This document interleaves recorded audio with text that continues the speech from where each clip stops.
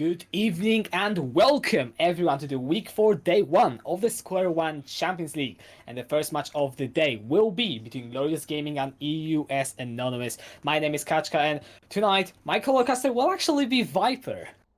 Hello, that's me. I'm a colorcaster now. Yes. Don't tell the other colorcasters, but I'm taking their spot. Okay. This is our secret takeover of the Yeah, entire this is like a SQ1. low key. Well, I was like, I can't compete with you for play-by-play, so I'll just go to color and then we can dominate together. So Exactly. This is the big brain plan. However, we also have a match tonight, which I'm gonna say is pretty important because Glorious Gaming, they just had an 0-2 week last time and they definitely will need to bounce back.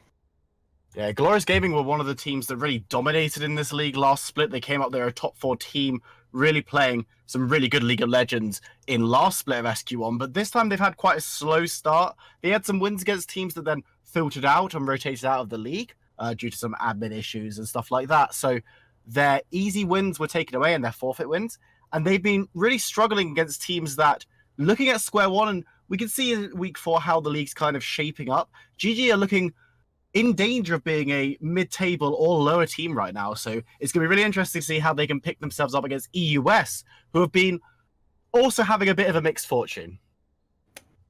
Yeah, currently they are 2-1, of course. Some of the matches being voided due to teams dropping out does complicate the situation, but if you think about it, in the following it's pretty simple. You win games, it's good. You lose games, it's bad. It's as simple as that. We are only in week 4, and now we are jumping into the picks and bans with Glorious Gaming sitting on the blue side and EUS Anonymous on the red side.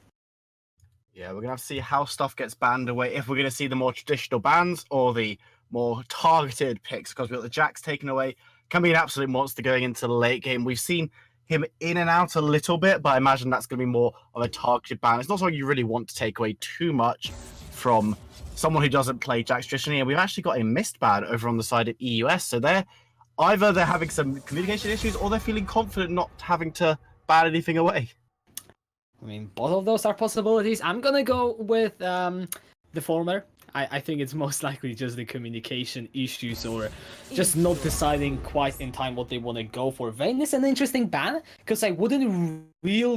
Oh, okay, they lost the ban due to pre-match rules. Never mind. I see. Alright.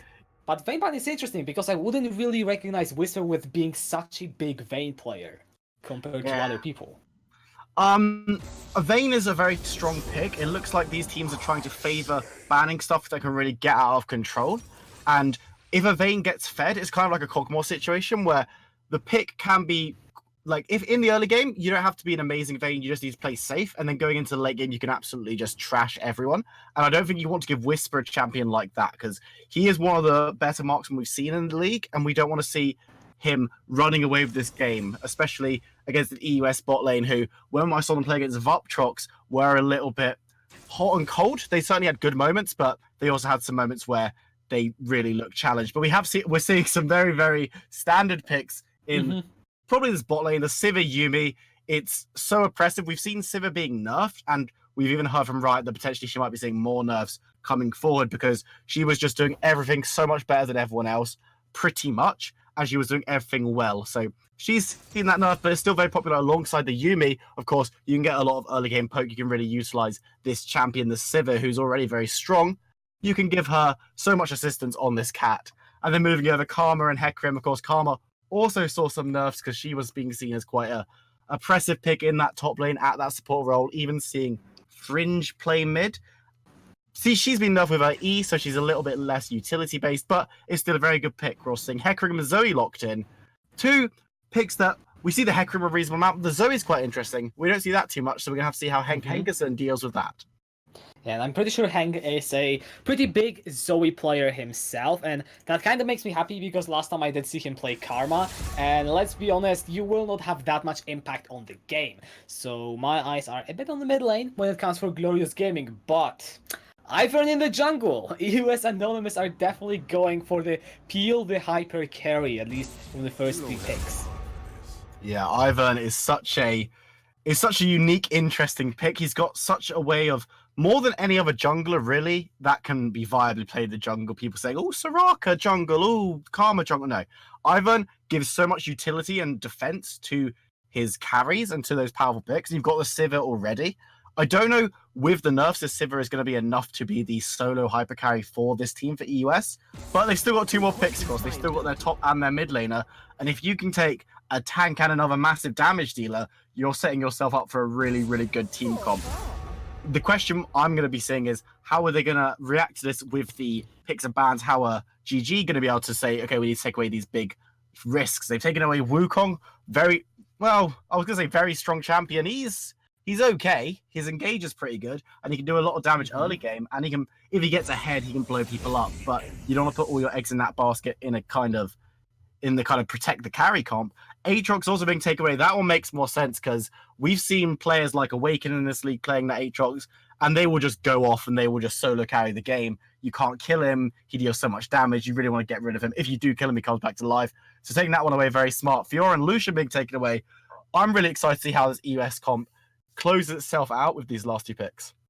All right, and they are going for a Yasuo. All right, I like it. Okay. You can put it both top and mid lane, so you will be guaranteeing yourself some degree of counter picks to what GG are looking in now.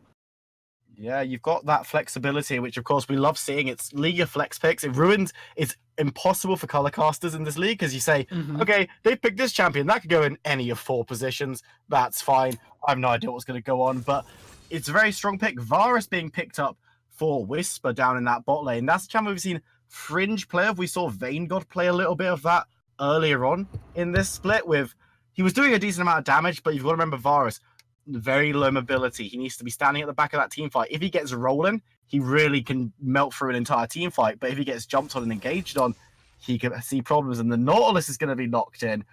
This creates some flexibility. Karma and Nautilus, who are we going to see playing support there? I mean, that's also the question I had as soon as I saw it, and I think it probably just depends on whatever is now locked in. Akali, the Hover, I am pretty sure that Mr. Bodlin has shown some play in this solo queue, at least on that champion. So it will be nice to see it come through. And all right, I'm just gonna wait, just because I have no idea where those flex picks will be going. Yeah, it's one of those, don't talk about hovers, don't talk about flex picks. You wait until the lock-in, so you wait 40 seconds. Here's a little bit behind the curtain. I like doing this on cast. For people who want to become pro casters like me and Casca. What you do is in the 60 to 30 seconds before the lock-ins and everything is like in perfectly, you talk about either random nonsense like this, you fill time, or you talk about picks where you know exactly where they're going to be. So, like, in a good caster in this time would be talking about the Hecarim Ivern matchup, because we know they're both going to be going jungle. I am not a good caster, ladies and gentlemen, but I will say Hecarim needs to be very proactive in the early game, because Ivern, he's got an early clear, which can be problematic for him, honestly. While he doesn't have to fight the camps, he still loses a lot of mana and health from doing them because of his passive. And if Hecarim could come in, Ivern's very, very easy to kill early game. He's the kind of character which makes it hard for you to kill someone else on his team, but he is very easy to kill himself, especially early when he hasn't got those more healthy defensive items like your Redemptions, like your Fiends, and he hasn't got that massive shield that he can put on himself and attempt to escape. So Hecarim and Samus is going to have to be really proactive in getting involved, trying to get those early kills. Hecarim's got a very nice, quick early clear with his Q and his W anyway. He's a good fighter early against an Ivern especially. So you want to stomp your authority on that matchup early and look for those early ganks that Hecarim is known for. Ivern needs to play a little bit safer. His early ganking is actually pretty good if he lands his Q, because he can immediately get involved. He can immediately get his assistant involved, which is going to be really, really nice for Akali and Yasuo, who want to be up in the face of their opponent when they're fighting. And it's going to be especially good against the Karma and the Zoe, who want to be kiting away. And if you get queued by Ivern as a Karma, you're going to have instantly an Akali and an Ivern jumping onto your face. Then there are really bushes popping up and you're going to have a really bad time. Having said that, we have now seen the Karma is going to be going top lane and Nautilus is going support. I really, really like this from GG, because while Sivir's spell shield can stop a lot of engage from the Nautilus, Nautilus is very, very good at shutting down people with Yuumi, because if you're getting dragged in by Nautilus, Sivir with a Nautilus on her face is going to have a bad time. She's got a spell shield for 1 bit of CC. Nautilus has the most CC of any champion in League of Legends. The only ability he has that doesn't have any CC on it, including his auto attacks and passive, is his W, which is an auto attack reset, which gives him stuns on his passive and a massive shield. So a very, very, very clever pick from GG. Kudos to whoever did their draft, because this should shut down this bot lane from EUS, the Sivir and the Yuumi. And with the composition that has been built by EUS, yes, your Akali and EUS were going to be mad late game, but early game, Zoe and Karma should be able to really bully them. Ivern's going to need someone else to be rolling in order to do anything particularly, unless he plays out of his mind. The same with Yuumi. So Sivir's what you've got in the early game. It's what's going to carry you through. So very, very well played by GG to get this Nautilus, this Karma and this Zoe to try and shut down what's being built by EUS. But I don't want to count EUS out of this. I really like some of the picks. I think their composition could be quite interesting to watch, but I would have to favour GG in this draft. All right, well, you've sir been talking for the last 3 minutes. Oh goodness, I can just talk for hours. I did a 4-hour solo cast. It was beautiful. Oh, all right.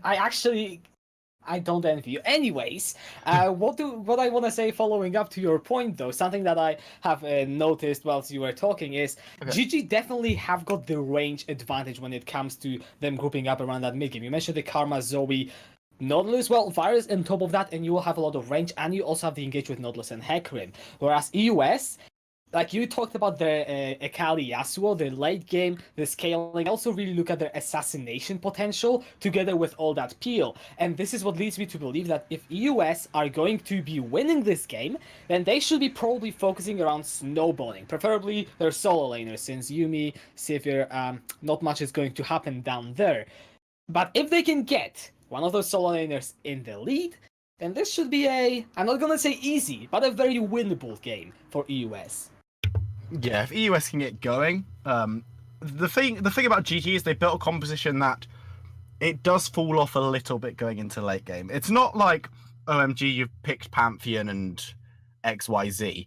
I was gonna say you haven't picked Pantheon and Karma. You have picked Karma. That's one of your picks. So it's the kind of composition that does fall off a little bit. But if they can get a little going ahead, they not only will get themselves ahead if they get ahead, but they'll put behind a composition that really needs to snowball out of control or get to super late in order to be able to beat what they've got cooking. So, yes, you're going to have to see... I'd expect to see GG winning the early game, but if they lose it, it could just be over for them. If Karma loses lane to Akali, that might spell disaster for GG. Mm-hmm. Definitely will. Something interesting to point out as we are already learning in the game, we got the runes, we can mention them. Yes. Whisper went for the Comet on Varus. That is not something you often see. No, it's fringe.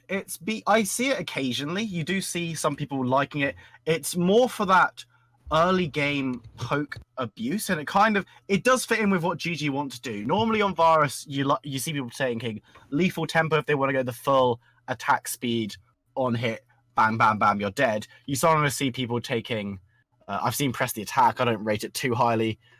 You do see people playing fleet footwork for a little bit sustain if they're in a losing lane. But you can see here, he's gone for the Arcane Comet. His Q's going to be proccing that, his E's going to be proccing that. We could potentially see a more AP or mixed build on the Varus, which would do more early, and it would do more to shut down the Sivir Yuumi, and that would mean across the board GG are just attempting to shut down EUS. But late game it will be doing less damage than the on-hit lethal tempo build, which is more common. Bring back the Manamune Varus is what we need to be getting please at. Don't. Please do not bring that back. Not in a competitive game. Manamune, Ghostblade, and what else was it? I'm not sure. The old Jace build, just put it on Varus. Varus and Jace are basically the same champion, if you think about it. They're pretty much the same. They've both got a long range Q. Yeah. That deals a lot of damage, and if you are ahead, it will one-shot the enemy squishy. That is true. They both have... No, that is actually it. Like, that is all the similarity that you can draw there at all. You can play them both in the AD carry. Can you? Can you play Jace AD carry? Probably yes. Is it the most optimal strategy? I dare argue against it. No, but saying stuff is optimal, but saying can be played, okay, no, you can say I've played, in a ranked game, I played Yuumi jungle this split. Okay, shout out to all those Okay. UB jungle players. Doesn't work. It's horrible. You cannot clear. You just die. Your ganks early are pretty good. The clear is very bad. So I do not recommend it. But we are into game now. We filled out that pause perfectly.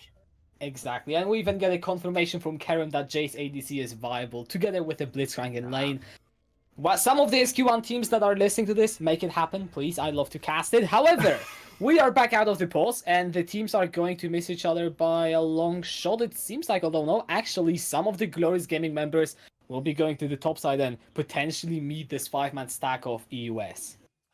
Yeah, it looks like you're getting a line of scrimmage coming in from GG there, guarding all the points of entry, but you do have an EUS stack up on that top side. They haven't made a move in yet, so they might be looking for a later invade.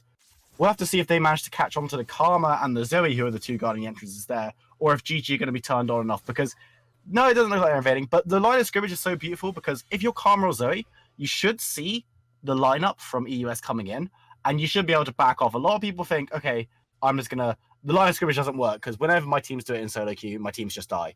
But in tournament teams, in high elo or in Diamond Elo Plus, which is where we're playing right now, your Karma or Zoe is spotting that. You're like, okay, we're backing off. Here's where the enemies are. You can then get an instant invade on the opposite side of the map to get vision or to steal out stuff. And then the invading team has just been completely nullified. We didn't see an invade coming in. It looks like they didn't want to pull the trigger. But very well played setup from GG. And I'm excited to see how we going into laning phase. Alright, Summers will be starting down towards his red buff first. And Migueli on that Yumi, he actually does go for a bit of a round trip, just spotting out, placing that ward on the Raptors, trying to see where Summers will be going. And we mentioned that Hecarim is a proactive pick. You want to get the ganks early, so if you are EUS, your high priority should be making sure you know where that guy is. Yeah, you need to... If you're on EUS, you need to be knowing where the Hecarim is, and your lanes need to be quite careful. Luckily, lanes might be quite pushed in, and Hecarim, as long as you're not putting yourself in a position where you can be tower dived, you should be okay because your Karma's pushing, your Zoe's pushing. Your Varus and Nautilus might not push as hard as Sivir, so maybe bot lane's where you need to put the most pressure in terms of warding and knowledge of where the Hecarim's going to be. But you should be quite safe on that Sivir Yumi anyway. A lot being traded down in that bot side already. I'm thinking that Hecarim's going to have to kick off the game with some action unless something goes wrong for any of these lanes, because I don't see early kills being taken by either side.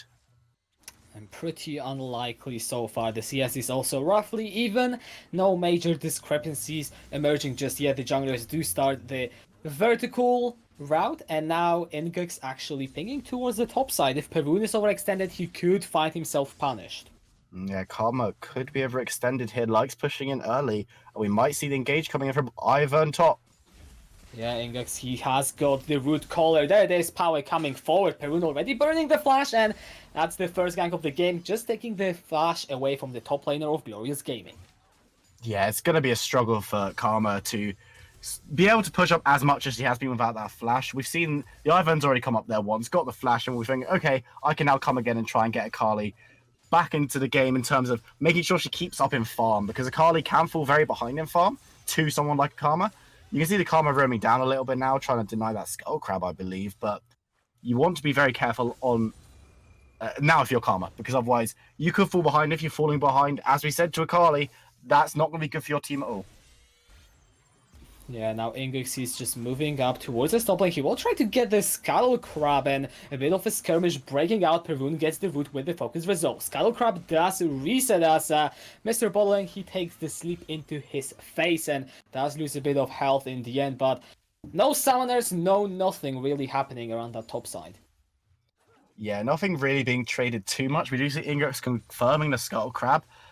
If you've got pressure in your lanes, as Ivern, you are very adept at getting these objectives, because if you use your passive and then instantly smite, it dies. So if you don't take damage while you're doing that, you can take stuff very, very quickly, individual targets, so you can take 1-2 cancel your buff or the Scuttle Crab. Why that matters for pressure is because if you take damage, your passive is cancelled. So you need to be getting some assistance to make sure that someone is kept away from you so that you can get that damage, as we see a bit of a trade going down on the bot side. Yeah, Whisper Rokusho, they are already feeling the The sustain from Sivir and Yuumi hurting them since they aren't able to regen just as effectively. However, here comes Samus into the top lane. Twilight Stride is going to be pulled by power. He still has the flash. He can still look to turn it around. That's a level 5 to level 3 in the top lane difference. The Shuriken flip only gets in onto Samus. Power, he's trying to go forward. He's only 100 HP. And that's the first blood picked up by Samus. We could not be done with the action. Ivan deciding against it. Very well played up top by GG to get that first blood on to the Akali, especially when you've just been ganked so bad yourself by the Ivan just a few minutes, like a moment before. You can feel a bit for power. He did have the right idea. He was fighting in a huge minion wave of his own. So you were hoping if he could stay in that minion wave, those minions would be chunking down a little bit. It's a 2v1, but you could still see that being a 1-for-1 trade on the Akali. Grabbing first blood would have made it worth. But very well played from Perrin, moving down that river. To make sure that he's closer to Hecarim and getting himself out of that minion wave means that Akali has to dive out of the defense of her minions, the defense of all that damage and assistance she's going to get in order to attempt to get the 1-for-1 trade. And it didn't come off for her. It was reasonably close, so hopefully that's not going to put off too much off kilter. But this is kind of business as usual in the top lane. You expect the Hecarim and the Karma to get early pressure, as we said. First blood for the Hecarim as well is going to be very nice, and now he's going to be able to move pressure around the map a little bit more and really get his team rolling. Yeah, he's got the 39 CS, the Sheen as well as the Skirmisher's Blade. It is a pretty good start as for 6 minutes, and the Hecarim Ingex, however, he has got those Moby boots, so he will be pretty much everywhere around the map, and you have to keep your eyes on him. And where I am looking at as well is that bot lane, because Ku and Miguel, actually, they have got a bit of a CS lead going in for them. Yeah, they do have a CS lead over the Varus and the Nautilus. Sivir is very good at clearing waves, very good at creating pressure. We did see Ingux losing his flash down on that bot side, quite deep into Hecarim's jungle. On the Krugs, has to flash out as Hecarim turns up at the bot lane from GG, was also around the neighborhood, so didn't want to get caught up in that too much. But yeah, as you say, Sivir, decent, quite nice CS lead. You've got the Yuumi as well with the assistance, so you'd expect to see this in the game at this stage. But it doesn't matter too much if they get ahead a little bit, because you're not falling behind as Varus. You're still in parity almost of CS. You're about a wave behind, which obviously you don't want to be, but you'll be okay with that because late game you'd hope to back yourself with a Nautilus as your support, being able to take Sivir out of the game. Alright, and a gank in the top lane, this time being returned by Ingax. The Woodcaller connects onto Peru. No flash on the Karma. He might get locked down here, and the perfect execution completes the kill, but Samus in the mid lane got one for Glorious Gaming. Yeah, very quick kill, traded back, 1-for-1. Perrin a little bit overextended, still did not have that flash. Good for Ingux to go up there and get power back on the board with a kill now. That puts Akali ahead, and you can see Akali's actually leading in farm as well, which is really nice. We might see some action in the bot lane. Teleport from Perun, and Ko, he's got the Eclipse, he's got the flash, uses both, tries to go on to Whisper. The Virus is running low. Whisper flashes away from the auto attack, and Rokusho picks up the kill onto Ko, and now the Yuumi is stacked. Miguel will drop to Perun, and that's 4 kills now, over to the side of Glorious Gaming. Yeah, you see the power of Nautilus right there. As soon as Nautilus got his big face onto that Sivir Yuumi, there was no getting away from him. Massive slow stuns on both characters. Very well played from Perrin as well to go, okay, I've just died, but rather than going top like expected, I'm a head bot and get myself a couple of kills down there, or get my team a couple of kills down there. And now GG turn what was a 1-for-1 trade into a massive swing and an objective for themselves. However, Rokusho might pay for it with his life. He's knocked up, the final breath coming through. Oh, the flash, unfortunate, over the wall, and that's Mr. Bodolin getting himself on the board on Yasuo. The chase continues. Hank Hankerson is slowed with that triggers. He has to burn his real flash. Well, you do get the objective, though. You would, as GG, you take that trade. You lose a man, but you do gain that Mountain Drake, which is massive for taking objectives in the early game. And considering there's 6 minutes still to get those plates, you want to be able to push forward. You want to be able to siege down and get that freestanding money in order to take yourself even further ahead. Because as we said, the further ahead you can get, the further behind EUS is going to be. And with their composition, they can't afford to fall too far behind. Yeah, and my eyes are now on Samus. He has the Hecarim. We talked about it, the proactiveness in the jungle being key. He's sitting on quite a few components, and the Onslaught of Shadows is going to be available shortly. You gotta see him make those moves. Yeah, he's moving down towards the bot side. We did see Ku and Miguelicot going in that bot lane, getting that plate on the bot side. didn't overstay their welcome very smartly. They've also got some ward coverage down there. So well played from that Sivir Yumi composition to get some money after they were just so brutally teleported on. They're going to be happy to go back now to spend all that hard-earned gold. But yeah, you talk about the Hecarim having that ultimate now needing to make plays. This man is 2-0-0. He's already been pretty proactive on the map. Ingux has been equally proactive, but Ingux hasn't got the kills. Of course, on Ivan, you don't really want them, but on Hecarim, you absolutely do, because Hecarim's now going to look to get the game going for his team, and look at this Yasuo. And in Mr. Bolin, he has overextended without his flash. Henkerson getting the kill on the Zoe, and I mean, not much more to say. Good gank from Samus. Yeah, just right place, right time. Yasuo was overextended. You were in the bush. He doesn't have an ability to get away. His flash is down. Very, very easy kill, but look at this top side. Ooh, EUS are doing a death brush. Here goes Samus over the wall. He might just get the escape power going in forward with that perfect execution. One more attack will do it. He picks up the shutdown. Can he get away from the turret? He is rooted up. However, he still has got the infist. He's going forward, forces the flash from Perun. And that is EUS picking up the kill. However, Henkerson joins the fray from the mid lane. Lands the Sleepy Chow Bubble onto Ingax, who throws down the Daisy, eats a bit of damage in return. He's half HP, gets the run onto Perun, jumps forward. The knockup from the Daisy is there. Trigger Seed could slow him down. But Perun, he's got the kills with the Mantra W. Henkerson is trying to kite away the Ignite, the auto attack, takes down Ingax, and can power now escape on the Akali. He still has got the flash. He will wait for the Shuriken flip to go over the wall. He's now trying to go in back onto Perun. He's kiting over the Twilight Shroud. Perun, his solo power. Can he escape? He's looking to run, but Samus will cut him off, and that will be Glorious Gaming coming ahead in that crazy trade. Yeah, Perrin kind of redeemed himself. At the beginning of the fight, you can see the cancel as he stops moving as he runs down. He should have been able to shield and save his ally that got taken down under the tower, but for some reason he didn't. I don't know what happened there. Maybe communication issues, maybe he misclicked, but you can see the way he was moving that he goes down. A lot of damage going on mid lane. Samus does eat the Ignite and is forced to go away. The redemption also comes down from Ingax, and Mr. Bodolin is able to create some mid lane pressure.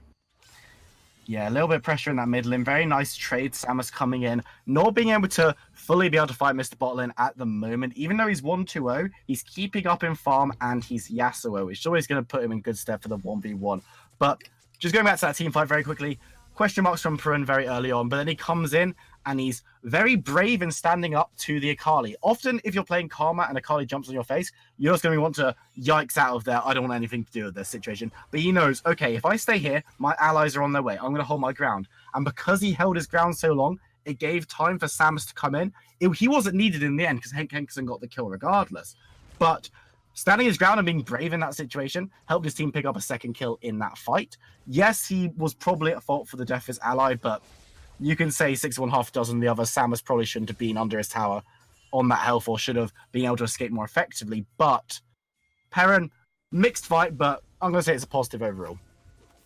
And this is I will hold on to what I was going to say, as Power going in the top lane with that perfect execution. That is just so much damage with that Gunblade Akali, and it should be a solo kill coming through in the top lane. Now actually in the mid lane, Samus just blows out Mr. Botlane. The also of Shadows brings the Ingax back with that fear. He flashes away. He's got the trigger seed, but Samus picks up the double.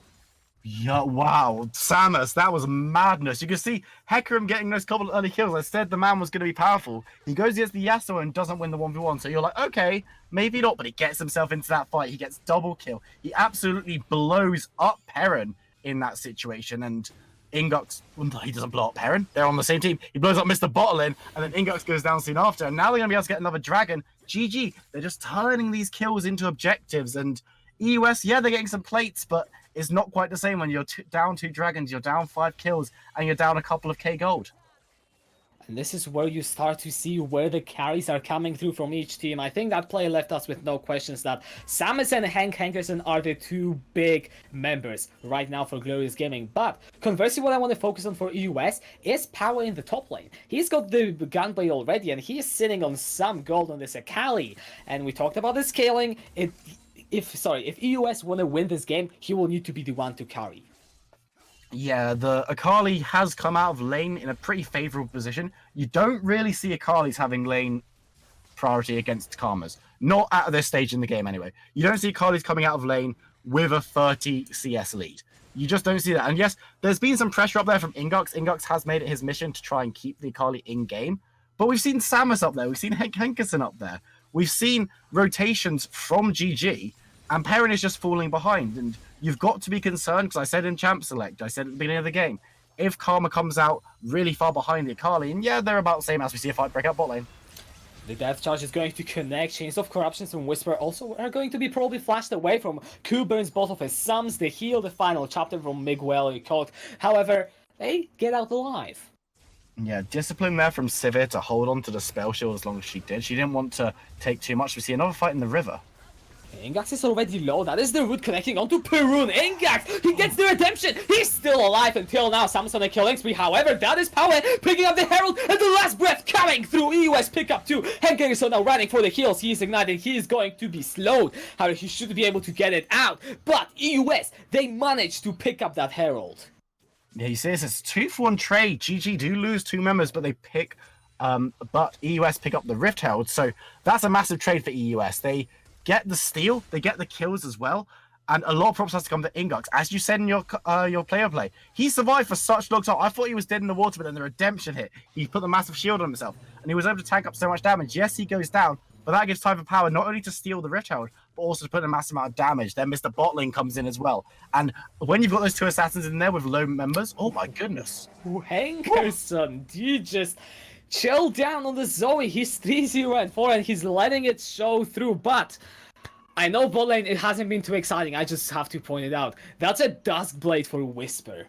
That is a little bit rogue in terms of build path from my experience on Varus, but yeah, I can see Lethality Varus work. It'll be interesting to see how the rest of the build goes down. I must admit, I'm not an expert on the Lethality Varus or on Varus in general, but this is a surprising pickup, but I can see it melting through people. Something important to also notice is there aren't tanks on EUS. No, there aren't. I mean, I guess Akali Yasuo can pick up some defensive statistics, but that lethality is going to hurt, and it's going to hurt a lot. So, you know, we'll see if Whisper is 5-head or is it a 3-head play, as now Rokusho, he could be caught out so far deep in this ball lane against 4 players. Power, he's still trying to go forward. He gets the killing speed, blows up Whisper. Rokusho is still somehow alive, but it doesn't matter because EUS are on the charge. They're popping down the Herald, and they're looking to secure the second tower in this game for them.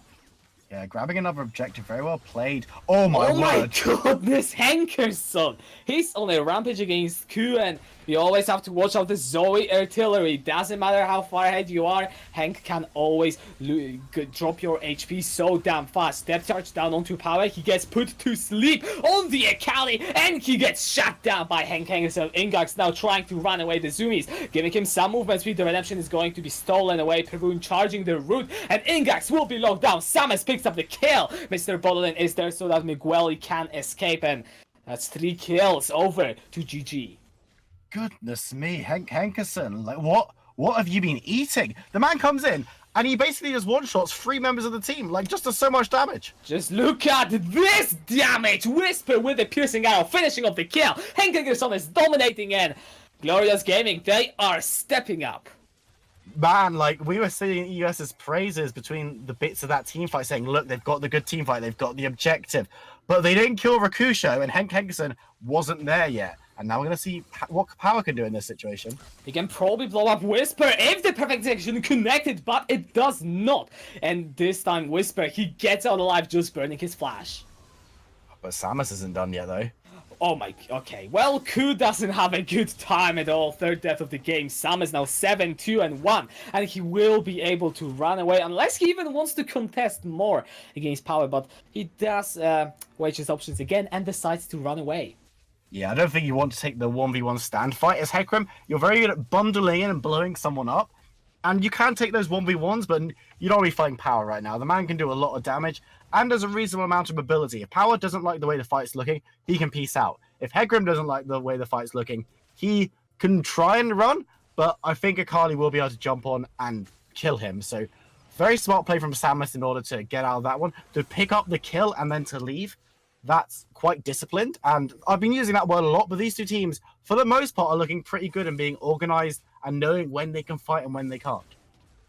Yeah, even though there are quite a few kills in this game, as you said, the teams, they are aware of There are boundaries where they can go in and where they cannot. Power, he's just split pushing in that top lane. Perun will try to be wave clearing against him, and the Akali and Zoe, the two major damage dealers on both teams, are the people we will need to be watching. As now Samus going in the bot lane. Mr. Bot lane, he just doesn't have any health, it seems like, and Hank Henderson is godlike. Man, Hank Henderson might be out of control here, to be honest. The man is 707 on Zoe, and looking at the damage he can do, if you're out of position, he's a pick composition on his own. If you're on your own somewhere and Hank Henderson's there, he can 100-0 you. The only person who's surviving that is the Yasuo if he gets Windwall up. The rest of your team is not tanky. Your tankiness comes from your Yuumi and your jungler, your Ingux, putting on shields, giving heals, and making you a bit beefier. None of your champions are tanky on their own, so unless you've got a team clumped together, Hank Henderson's going to blow you up. And we've seen this game. He enjoys blowing people up, and we can see a lot of damage coming through here. Oh, what? Who is just forced away from the tower? That was just the Battle Star with the Luna's Echo. Nothing more from Hank Henderson, and it's enough to force Ku to the base, secure the tier 2 for Glorious Gaming, and that's now a 5,000 gold advantage at 21 minutes, and you have to feel like Baron is the next objective. I feel like there's a meme to be made of, lol, these casters have never seen Zoe before, but for real, the amount of damage Hank Henderson's putting out is insane. Like, he hits a minion in front of Yasuo, and Yasuo loses half his health. And Yasuo is, looking at the builds, one of the more survivable members of EUS. And EUS definitely had the better of it in some of the team fights going forward. But notably, Hank Henderson was absent from most of those situations. And now, if he can go where he pleases, and he wins 1v1s by virtue of, you can't win a 1v1 if you're dead. Yeah, Ku is down to half before anything happens as Whisper, he actually gets his recall interrupted by the Ignite, he throws down Chains of Corruption, but look at the mid lane, Samus gets the fear onto Ingax, brings him under the tower, but he's locked up with the final chapter, down to 200, he's still trying to sustain up through the fight, one more attack does finish him off, that's a shutdown for Ku. Whisper's still on the run, he already used the Chains of Corruption, and Mr. Botlane could be looking to get himself another kill, and yes, he very much does. 3, 5, and 0. That's Glorious Gaming losing 2. They could lose the third one if Perrin is not careful. He lands the root, however, he should be fine. A couple of errors there from GG as we do see another fight breaking out. Okay, so he's still on the run. He's just legendary. Killing Ku. He's now looking for Migueli. That is a double power trying to cut through the fight. He does survive. That's a triple kill for Hank, though. He jumps over the wall with the help of the Blast Cone. Perun and Hank Henderson, the two members from Glorious Gaming, do decide to drop the chase. Yeah, massive damage from Hank Henderson once again in these team fights. It was a couple of mistakes from GG that started off. Varus thinking he can fight Yasuo with Windwall. Spoiler alert, Whisper, you can't do that. You can't be fighting the Yasuo. You are not that far ahead. Yasuo is not that far behind. And you're not doing damage because your auto attack's hitting a Windwall anyway. So that was mistake number one, and being in that position wasn't great itself. Hank Henderson does a lot of damage. He does it in burst. Once his burst is used, he has to wait a little bit to get the damage back. He burst, and then Samus engaged. So Samus jumps in against 2 or 3 members, depending how you count Yuumi, turns to look at his friend Hank Henderson, who's just like, I'm tapped, bro, and can't help him even slightly. He gets a sleep, but it's only on the Yuumi, so it doesn't really matter. And then Samus, he can survive a little bit, but he does get blown up. But then Hank Henderson gets his abilities up and is like, I will avenge you, friend, and just blows up 2 or 3 members of EUS because he can do that. He doesn't care. He's 1007. Like, champion health bars are irrelevant at this point. He's picked up the death cap on top of it all. He's sitting at just shy of 500 AP. As we speak, that's 23 minutes in. He will blow literally anyone he comes across, and now Power could be in a whole another world of hurt. He goes down into the Twilight Shroud, trying to kite around. He throws down the 5-point strike. That's a good perfect execution. He tries to get a kill onto Samus. One more precision will do it. He jumps forward. He picks up the kill. Can he get Perun? It is looking good so far. However, here comes the rest of the members of Glorious Gaming Power. He doesn't have too much time left in this world as Whisper is able to get the kill, but look at the rest of EUS. The turn in the top lane already falls, and they are collapsing in the mid. Madness. So much time was bought by Power there. Yes, he knew he probably wasn't winning that 5v1 basically. He knew he was going to be able to kill one, and he did. He got that massive kill onto Samus, and then survives long enough to force everyone else to turn up. As we do see a bit of a chase. Doesn't look like there's any kills coming down though. As Ingak's very low. He's got the zoomies. for the movement speed, for the heals, and EUS, they just get 2 towers, which I think is a fair trade, but with the Baron being up, Hank Hickerson being as far ahead as he is, you do have to start worrying for EUS. EUS win this game if GG make macro mistakes like they just did, because EUS took 2 towers from that, yes. They also got a massive chunk on that inhibitor tower.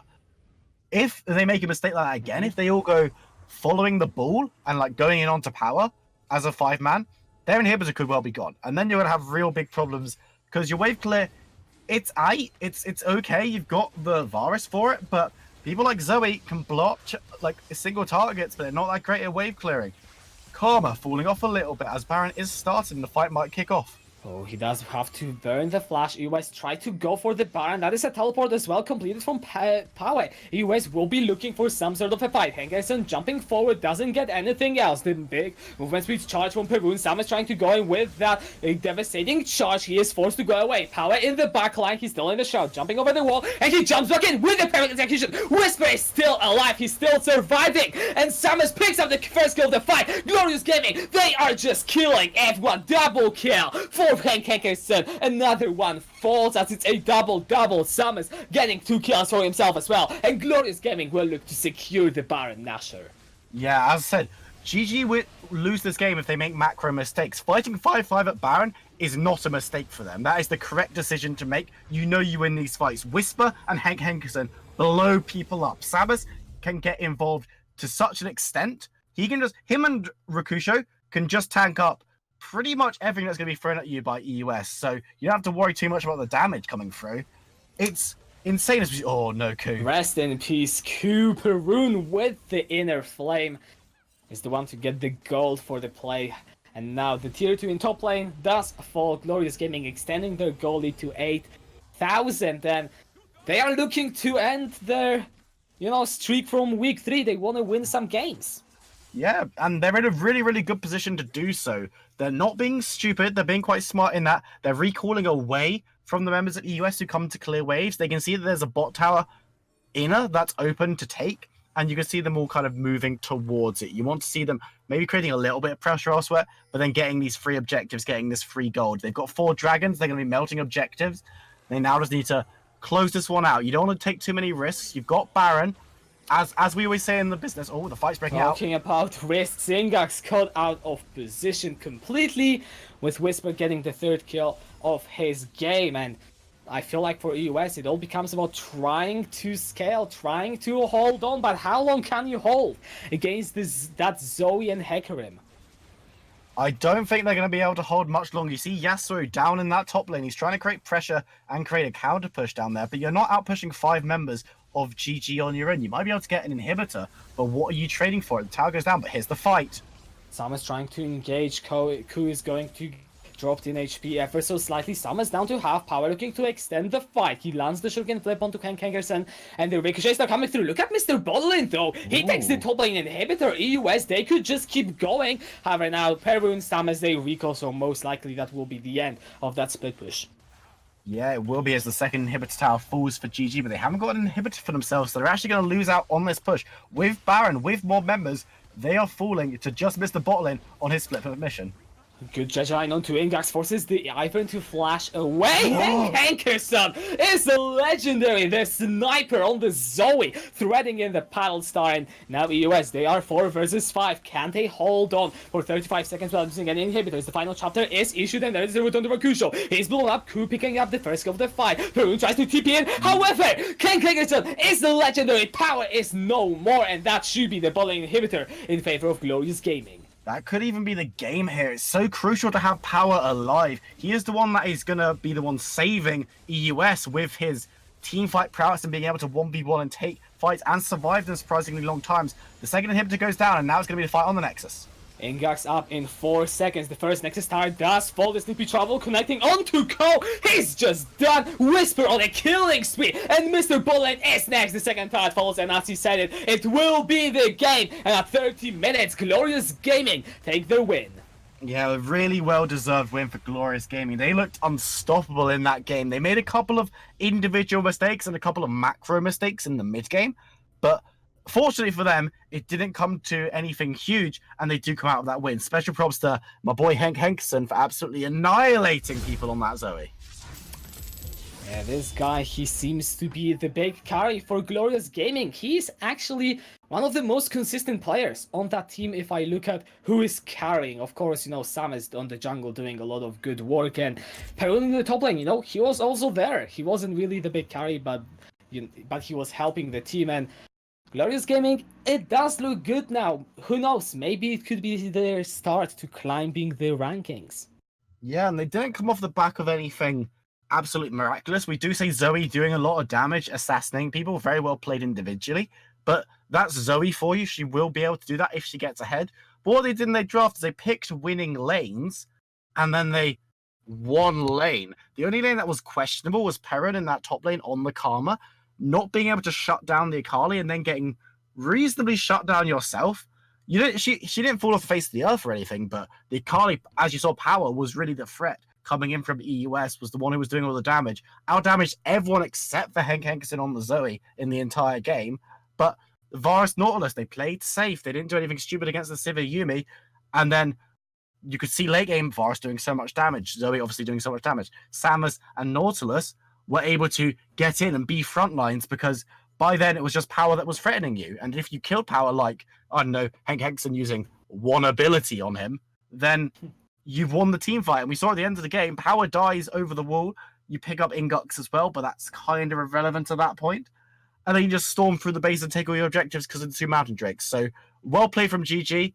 And EUS, there was very much some good points there. I'm excited to see what you can pull off against someone who isn't Henk Henkerson on Zoe. Alright, well, but on that we will throw it over to a very short break. However, stay here because after it we will have the next match between Phoenix Horizon and Stopwatch. So we will see you then.